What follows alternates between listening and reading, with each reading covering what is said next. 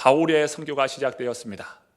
바울은 1차 선교, 2차 선교, 3차 선교를 통해서 이 각 지역에 복음을 전하면서 복음이 아시아를 넘어서 유럽에게까지 복음이 증거되도록 귀한 역할을 감당합니다. 바울은 예수님을 만난 후 약 14년 후에 1차 전도 여행을 하게 됩니다. 그 시기는 AD 47년입니다. AD 47년은 바울이 예수님을 만난 이후 14년이 되던 해입니다. 그때 바울은 1차 선교 여행을 한 것이죠. 그러면 14년 동안 바울은 무엇을 했나? 3년 동안 광야에서 정말 말씀의 훈련과 함께 복음 사역을 감당한 그런 준비를 하였고, 갈라디아서 1장을 통해서 보면 바울은 자신의 고향인 길리기아 다소를 중심으로 해서 길리기아 진방과 수리아 지역에 복음을 전하였다라고 말씀합니다. 바울은 1차 선교를 통해서 이 안디옥을 중심으로 소아시아 지역에 복음을 전하였고요. 2차 선교를 통해서 이 그리스를 중심으로 한 유럽 선교를 이루게 됩니다. 그리고 3차 선교는 에베소를 중심으로 해서 유럽과 다시 예루살렘으로 돌아오는 그러한 여정을 통해서 복음을 전하게 됩니다. 바울은 하나님의 말씀을 전하는 선교사로서 사역을 감당합니다. 하나님은 이 바울과 바나바를 따로 세우셨습니다. 이것은 무엇입니까? 하나님께서 이 모든 선교를 주도해 가신다는 것이죠. 인간이 그 모든 일의 역사에 주도권이 있는 것이 아니고, 선교의 주도권이 있는 것이 아니고, 성령 하나님께서 그 선교를 이루게 하셨다는 것입니다.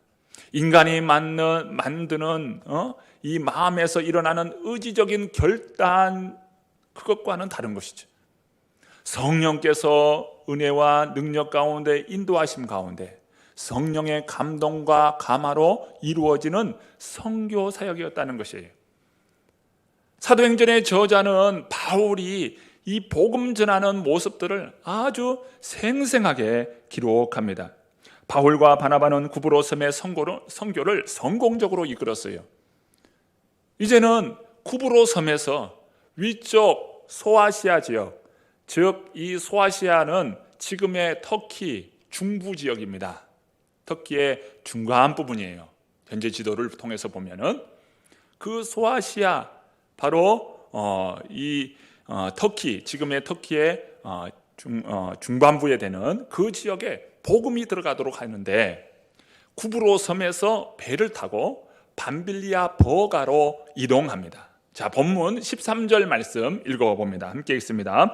바울과 및 동행하는 사람들이 바보에서 배 타고 밤빌리아에 있는 버가에 이르니 요한은 그들에게서 떠나 예루살렘으로 돌아가고, 바울 일행은 구브로 섬에서 복음을 전하고 이제 소아시아 밤빌리아 버가에 도착합니다. 그런데 이곳에서 문제가 발생해요.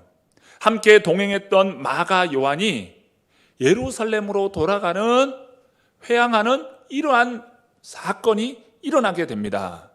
선교 여행하다가 중도에 돌아가는 일이 발생하게 된 거예요.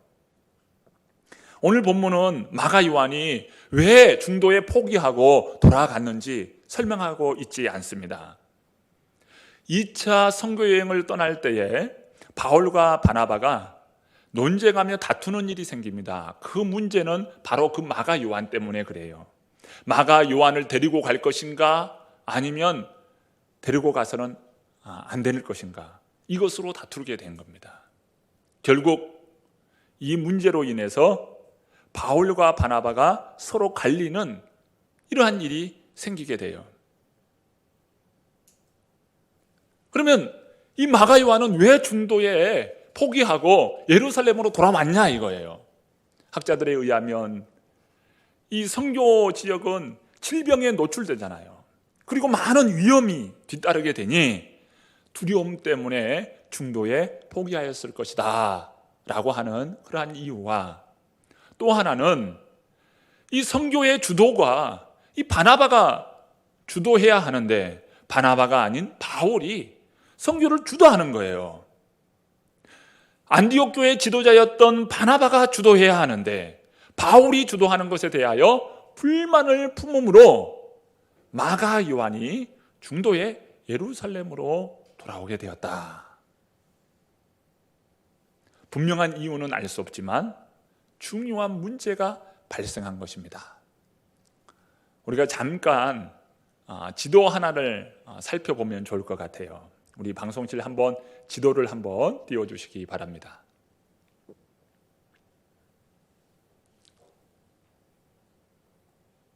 가능하나요? 네, 지도가 보이죠? 지금 여러분이 보는 오른쪽에 보면 빨간색 화살표가 보입니다. 그 빨간색 화살표가 출발하는 지역이 안디옥이에요. 저곳을 가리켜서 수리아 안디옥이다 이렇게 말합니다. 수리아 안디옥, 안디옥 교회가 있던 바로 그 안디옥 지역입니다. 그곳에서 배를 타고 키프로스, 즉 구브로 섬입니다. 구브로 섬의 살라미와 바보를 거쳐서 선교 여행을 했지요. 그리고 난 다음에 그 섬에서 위쪽 지방으로 올라가는 거예요. 북쪽으로 올라가면 그 지역이 소아시아 지역입니다. 지금의 터키예요. 그 소아시아에 처음 도착한 도시가 바로 보가입니다. 밤빌리아 보가예요. 그 밤빌리아 보가에서 마가 요한이 예루살렘으로 회항하는 그러한 사건이 일어나게 됩니다. 바울과 바나바는 이 밤빌리아 보가에서 복음을 전하다가 그 위쪽 지방인 비시디아 안디옥에 복음을 전하게 됩니다. 자, 이제 본문 14절 말씀을 우리 같이 한번 읽어 주시기 바랍니다. 함께 읽습니다. 그들은 보가에서 더 나아가 비시디아 안디옥에 이르러 안식일의 회당에 들어가 앉으니라. 네, 우리 불을 꺼주셔서 감사합니다. 자, 이렇게 이 비시디아 안디옥에 도착하게 된 거예요. 밤빌리아 보가에서 더 북쪽 지역인 비시디아 안디옥에 도착하게 됩니다. 그래서 안디옥이 사도행전에는 두 군데가 나와요. 하나는 안디옥 교회가 있던 수리아 안디옥, 또 하나는 아시아 지방에 있는 소아시아 지방에 있는 비시디아 안디옥이에요. 그런데 경우에 따라서는 비시디아 안디옥이다, 또 수리아 안디옥이다 이렇게 말하지 않고 그저 안디옥 이렇게 표현하는 사도행전의 본문들이 있습니다. 이럴 때 수리아 안디옥인지 안디옥 교회가 있던 수리아 안디옥인지 바울이 전도했던 비시디아 안디옥인지 구분해야 돼요.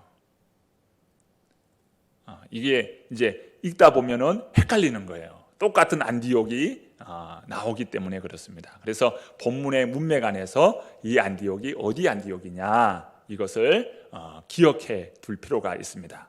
자, 비시디아 안디옥이에요. 밤빌리아 버가에서 비시디아 안디옥으로 가려면 산맥을 하나를 넘어야 합니다. 그런데 이 산맥이 워낙 험하기 때문에 로마가 통치하면서 로마 군인들이 그 길을 통치해 보려 해도 이게 너무 험하고 그곳에 이 도적대들이 일어나기 때문에 그것을 막기가 굉장히 어려웠던 지역이 바로 그 버가에서 비시디아 안디옥으로 가는 그 길이 그렇게 험했다는 겁니다. 더더군다나 비시디아 안디옥은 해발 고도 1080m예요. 굉장히 고원지대의 도시가 자리 잡고 있는 지역입니다. 바울 일행이 바로 비시디아 안디옥에 도착하게 되었습니다. 도착하였는데 그곳에 오늘 본문에 보면 안식일의 회당에 들어가 유대인 사이에 앉았더라라고 말씀합니다.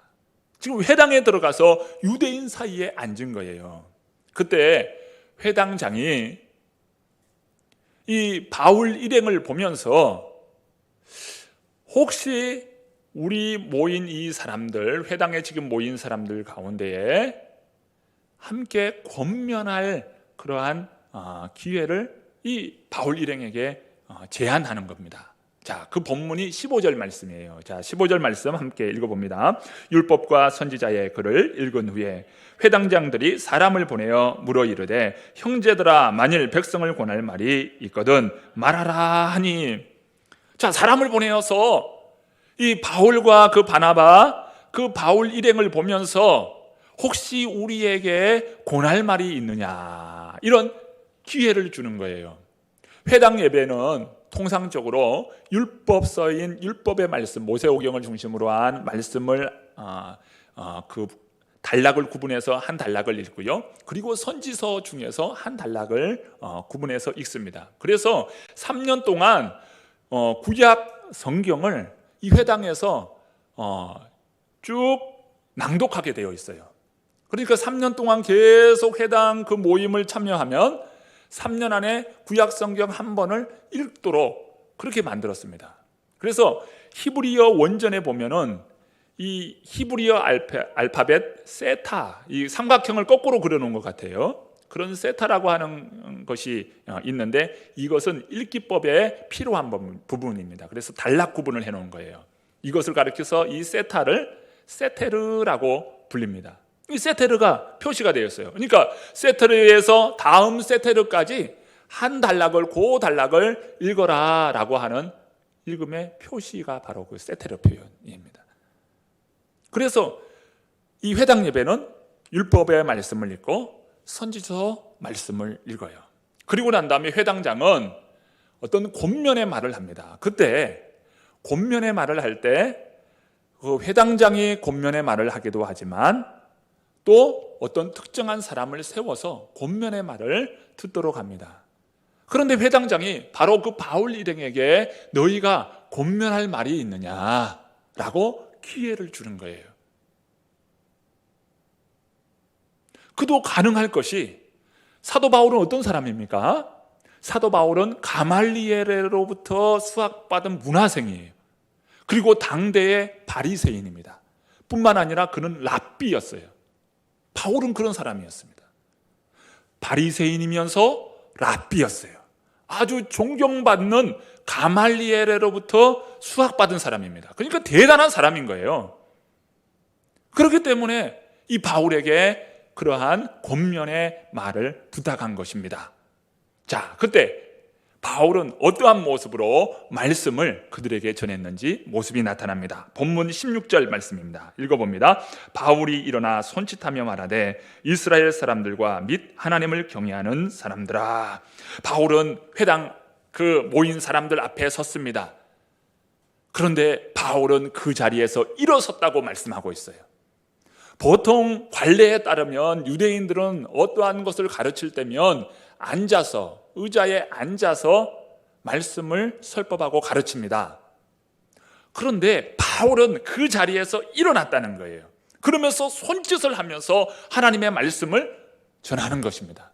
이것은 주님께서 주시는 이 복음의 기회, 말씀을 전한 기회 가운데에 얼마나 이 복음에 대한 열정이 대단하였는지를 그 모습을 통해서 보게 되는 것이죠. 바울은 일어서서 손짓하며 앉아있는 백성들에게 복음을 전하는 겁니다. 그런데 그곳에는 유대인들도 있고 이방인도 있습니다. 유대인들이 있는 것은 당연할 것이에요. 회당이니까 유대인들이 있어요. 그런데 이방인도 있었어요.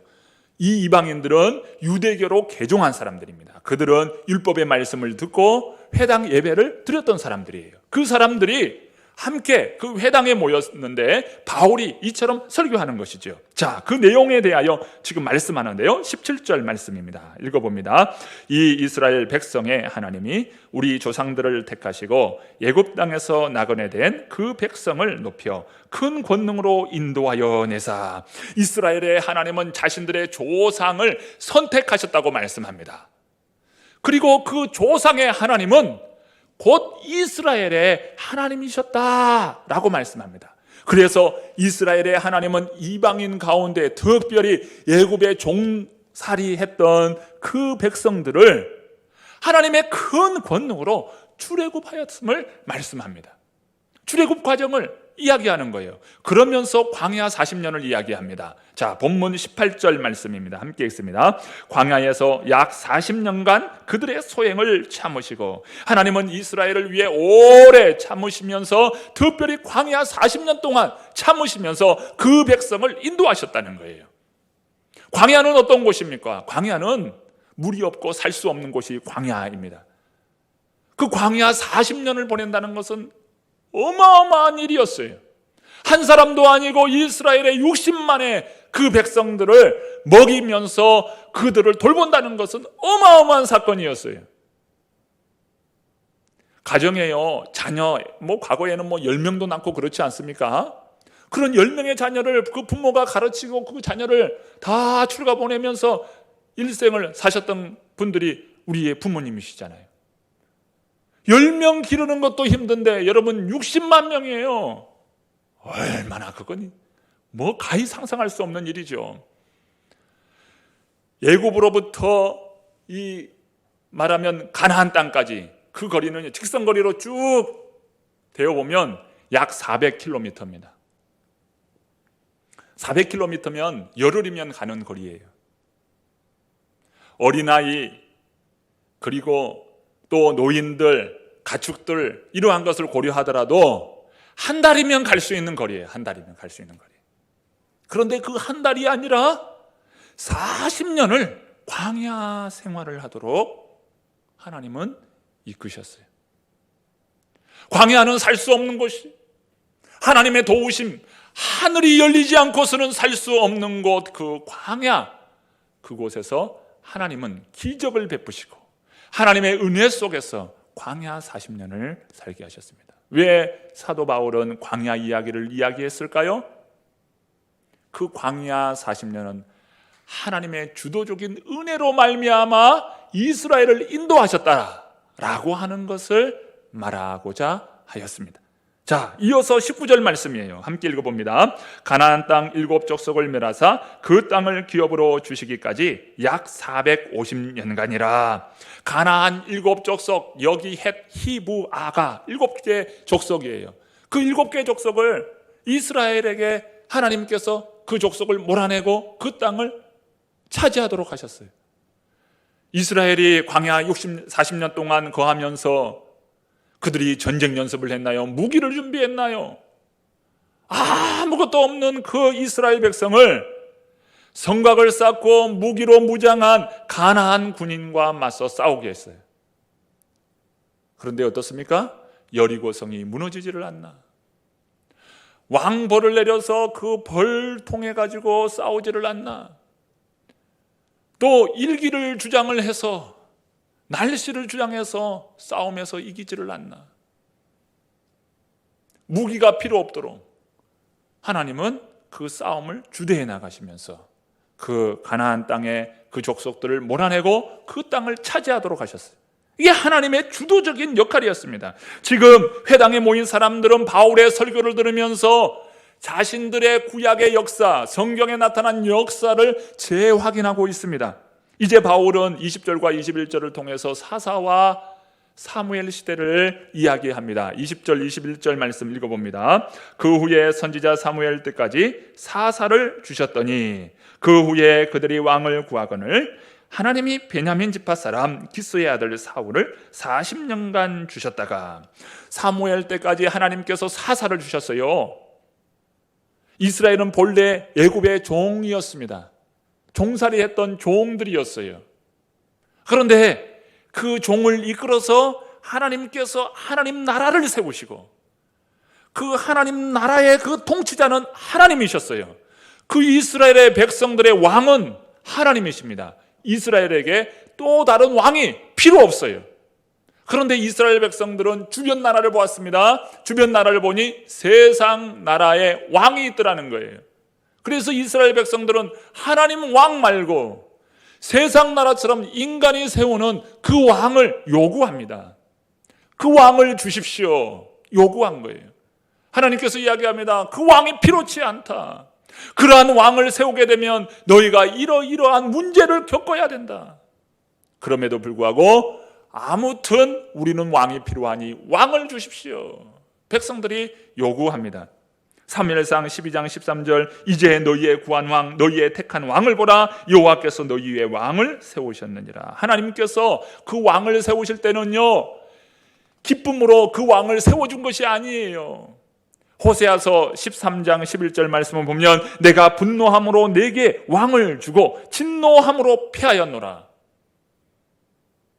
사람의 손으로 세운 왕을 하나님은 기뻐하지 않으시고 진노하셨고 사람의 손으로 세운 왕을 하나님은 패하셨다고 말씀합니다.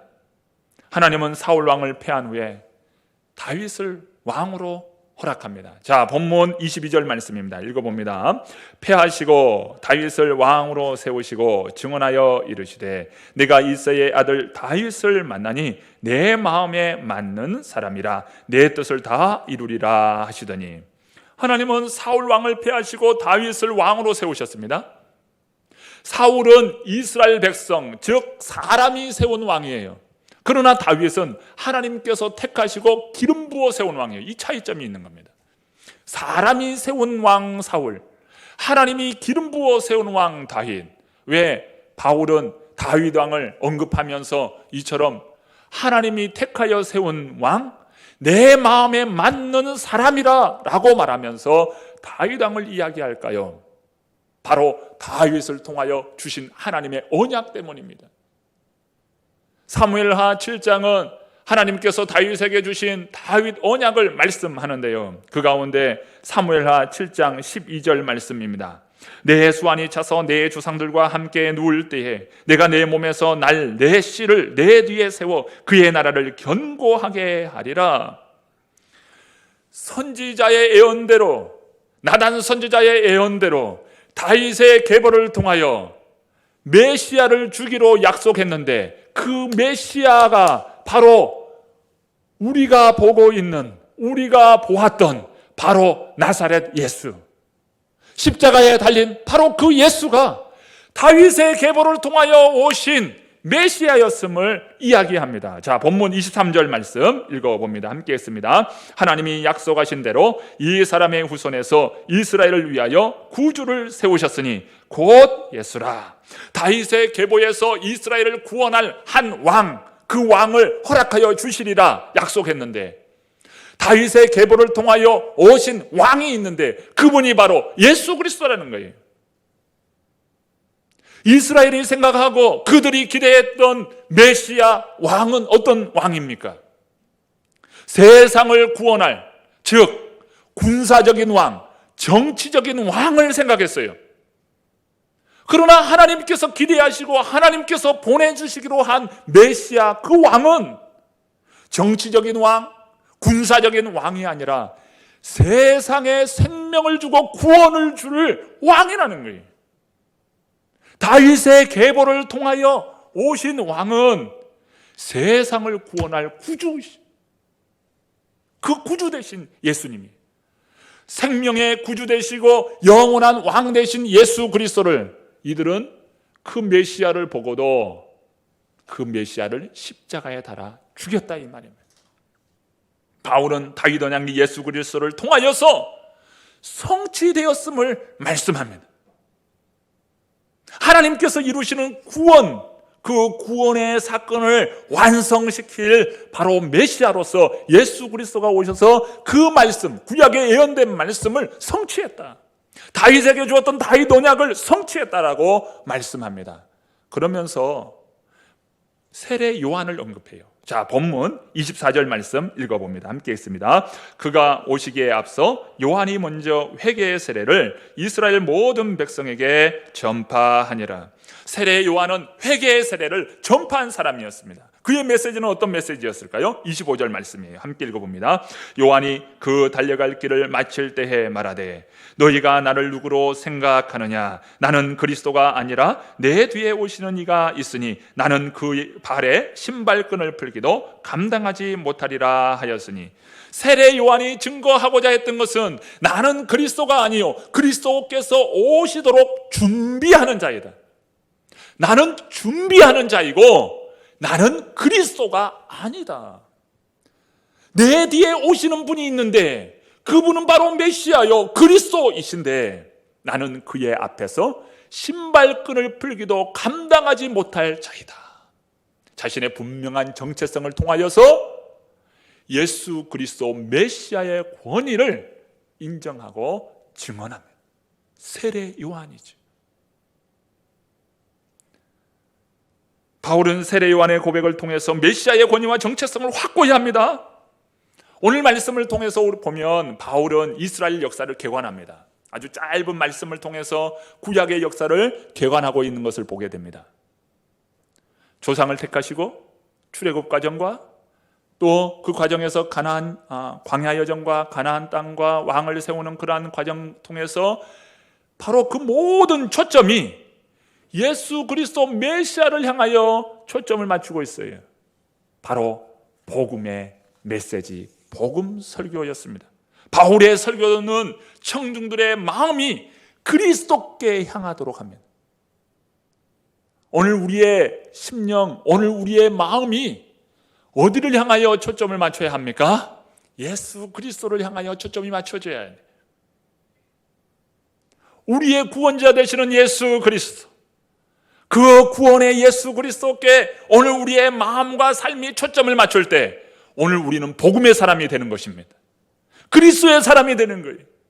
여러분, 복음의 사람 되기를 바랍니다. 그리스도의 사람이 되기를 바랍니다. 내 안에 복음 되시는 예수 그리스도, 생명 되시는 예수 그리스도, 구원자 되시는 예수 그리스도, 그 그리스도가 오늘 우리의 삶의 중심이 될 때 오늘 우리는 복음의 사람이 되는 것이지요. 바라기는 우리 교회가 이러한 복음의 메시지, 구원의 메시지가 충만하기를 바랍니다. 우리 교회에 오는 모든 이들이 구원자 되시는 예수 그리스도를 만나고 구원의 역사를 이루고 하나님을 감격적으로 경험하고 만나는 복된 역사가 임하기를 간절히 축원합니다. 우리 한 분 한 분들이 복음으로 충만해서 가정 안에 복음의 통로가 되고 복음의 거룩한 물줄기가 되어서 생명강이 춤추는 생명의 은혜가 넘실거리는 복된 역사, 복된 가정 되기를 바랍니다. 교회는 교회 안에서 생명의 강, 은혜의 강, 성령이 충만한 복된 역사들이 춤추며 역사가 일어나고 그 은혜로 말미암아 온 땅에 흘러 들어갈 때 기적의 역사가 임하고 구원의 역사가 임하는 놀라운 역사가 임하는 것 아니겠어요? 우리의 한 분 한 분들이 복음의 은혜로 충만하기를 원합니다. 예수 그리스도의 은혜로 충만하기를 원합니다. 복음 안에 서 있기를 바랍니다. 그로 인하여서 여러분 세상을 향하여 강하고 담대하게 서는 것이죠. 사도 바울 얼마나 강하고 담대하게 복음을 증거합니까? 복음 안에 서 있습니까? 오늘 우리가 이처럼 복음 안에서 강하고 담대하게 서야 함을 믿습니다. 우리 모든 성도님들은 참 주의 말씀을 읽으면서 그 말씀이 나의 삶이 되고 그 역사가 오늘 구원의 역사로 내게 임함으로 말씀 사건이 내 안에서 일어나는 사건으로 말씀의 은혜가 충만하기를 바랍니다. 우리 교회는 정교인 성경 통독을 하고 있죠. 읽다가 중단하거나 끝까지 읽지를 못하는 사람 없기를 바랍니다. 끝까지 다 읽으시면서 말씀이 내게 들어오고 그 말씀으로 말미암아 오늘 나의 그 삶이 말씀 사건을 이루는 삶으로 변화시킬 수 있기를 바랍니다. 놀랍게 은혜 주시고 능력 주시고 기적의 주인공들이 다 되시리라 믿습니다. 구원의 복음, 생명의 복음을 감당하는 우리 모든 성도님들, 저와 여러분 되기를 간절히 축원합니다.